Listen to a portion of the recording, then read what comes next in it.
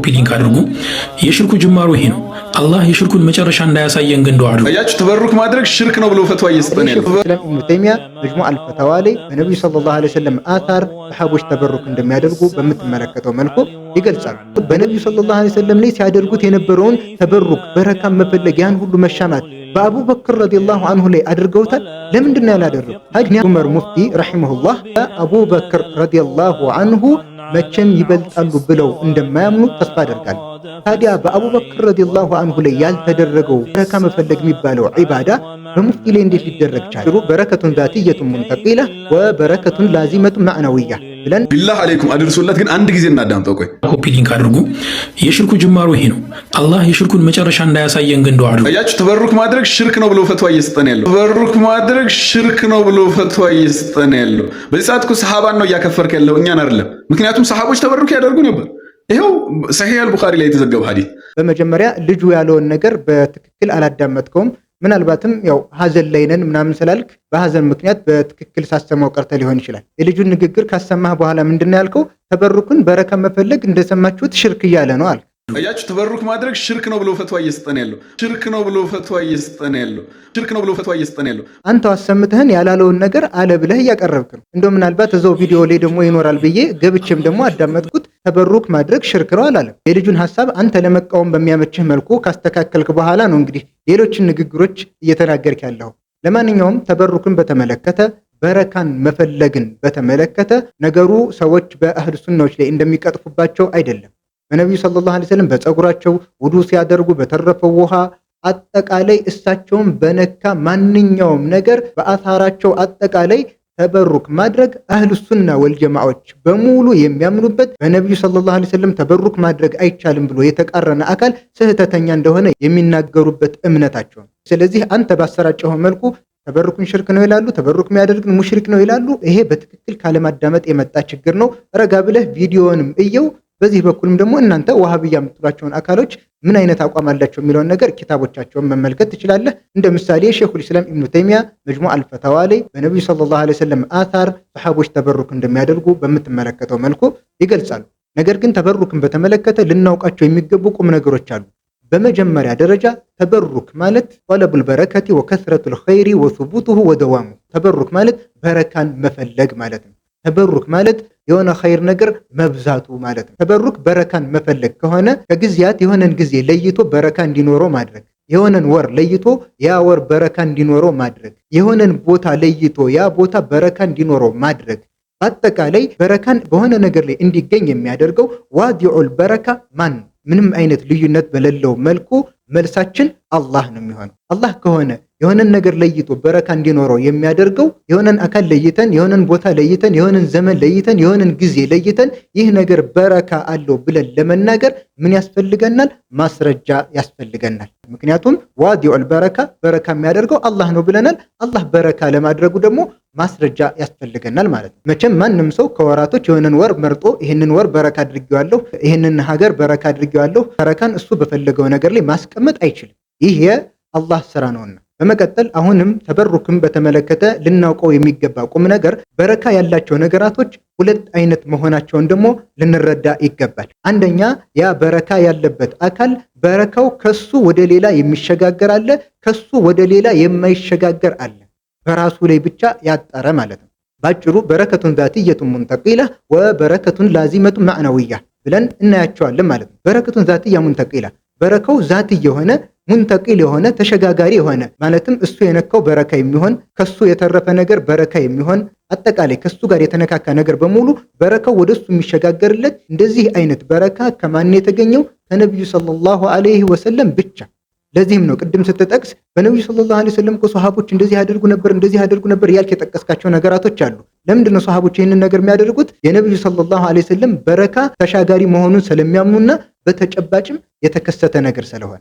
ለዚህም ተብሎ ሰሃቦች በነብዩ ሰለላሁ ዐለይሂ ወሰለም ውዱእ ባደረጉበት ነገር አጠቃላይ በእሳቸውን በነካ ነገር በሙሉ ይሻሙ እንደነበረ ተዘግቧል። ሁለተኛው የበረካ አይነት በረከቱ ማዕናዊያ ላዚማ፣ ማዕናዊ የሆነ ላዚም የሆነ እዛው ሰውየው ላይ የሚያጥር የሆነ በረካ ነው። የዚህን አይነት በረካ ደግሞ ከነብዩ ሰለላሁ ዐለይሂ ወሰለም ውጭ ባሉ በረካ አላቸው በተባሉ ነገራቶች ላይ የምናገኘው ይሆናል። ለምሳሌ ቁርአን በረካ አለው፣ ዘምዘም ውሃ በረካ አለው። መስጂደል ሐራም በረካ አለው። ነገር ግን የነዚህ በረካ በመተሻሸትና ልብሳችንን እነሱን በማስነካት የሚሸጋገር ነው አይደለም። ታዲያ ምንድነው? ቁርአንን እንይዝና በመቅራታችን በማስተንተናችን ብዙ ኸይርን ማግኘታችን፣ ይህ ነው የቁርአን በረካው። ዘምዘም ውሃ በረካ አለው ተብሏል። በረካው ምንድነው? በመጠጣት የምናገኘው በረካ ነው። መስጂደል ሐራም በረካ አለው። በረካው ምንድነው?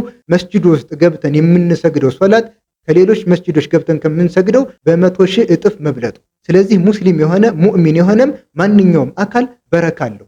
ነብዩ ሰለላሁ ዐለይሂ ወሰለም በሐዲስ እንደተናገሩት ኢነ ሚነ ሸጀሪ ለማ በረከቱሁ ከበረከቲል ሙስሊም፣ ከዛፍ እኮ በረካው ልክ እንደ ሙስሊም በረካ የሆነለት አለ ብለው ተናግረዋል። ስለዚህ ነብዩ ሰለላሁ ዐለይሂ ወሰለም ከበረከቲል ሙስሊም ሲሉ ሙስሊም በረካ አለው ማለት ነው የሚለውን እናያለን።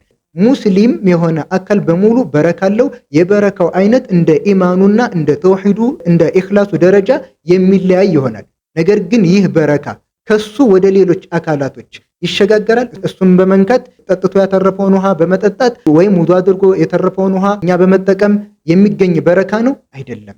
በነብዩ ሰለላሁ ዐለይሂ ወሰለም አታር ተበሩክ ማድረግ ምንም አይነት ኺላፍ የሌለበት ጉዳይ መሆኑን ተመልክተናል። ከነብዩ ሰለላሁ ዐለይሂ ወሰለም ውጭ ያሉ ሙእሚኖች በረካ እንዳላቸው ተመልክተናል። ነገር ግን ይህ በረካቸው የሚሸጋገር ከሆነ ከነብዩ ሰለላሁ ዐለይሂ ወሰለም ህልፈት በኋላ እሳቸው ከሞቱ በኋላ ከነብያት በኋላ በላጭ በሆኑ ፍጡሮች በአቡበክር፣ በዑመር፣ በዓሊ፣ በዑስማን ይህ ነገር ተገኝቷል። በነብዩ ሰለላሁ ዐለይሂ ወሰለም ላይ ሲያደርጉት የነበረውን ተበሩክ በረካ መፈለግ ያን ሁሉ መሻማት በአቡበክር ረዲየላሁ ዐንሁ ላይ አድርገውታል። ለምንድን ነው ያላደረጉት? ምክንያቱም ሰሃቦች ምንን ተረድተዋል? በነብዩ ሰለላሁ ዐለይሂ ወሰለም ላይ ያለው በረካ ወደ እነሱ እንደሚሻገር ያውቃል። ከነብዩ ሰለላሁ ዐለይሂ ወሰለም ውጭ ያሉ ፍጡሮች ያላቸው በረካ ግን በራሳቸው ላይ የሚያጥር የማይሸጋገር በረካ መሆኑን ስለተረዱ ይህንን ነገር አላደረጉም። መቼም በእርግጠኝነት የምናገረው እነዚህ ሰዎች ታላላቅ ወልዮች ናቸው፣ የአላህ ወዳጆች ናቸው የሚሏቸው አካላት በሙሉ ከአቡበክር ረዲየላሁ ዐንሁ በኢማን በተቅዋ በኢኽላስ ይበልጣሉ ብለው እንደማይናገሩ ተስፋ አደርጋለሁ። ለምሳሌ በሙፍቲ ሞት ላይ እንዳየነው ቀብራቸውን እየዳሰሱ ተበሩክ ሲያደርጉ በረካን ሲፈልጉ ተመልክተናል። ሐጅ ዑመር ሙፍቲ ረሂመሁላህ አቡበክር ረዲየላሁ ዐንሁ መቼም ይበልጣሉ ብለው እንደማያምኑ ተስፋ አደርጋለሁ።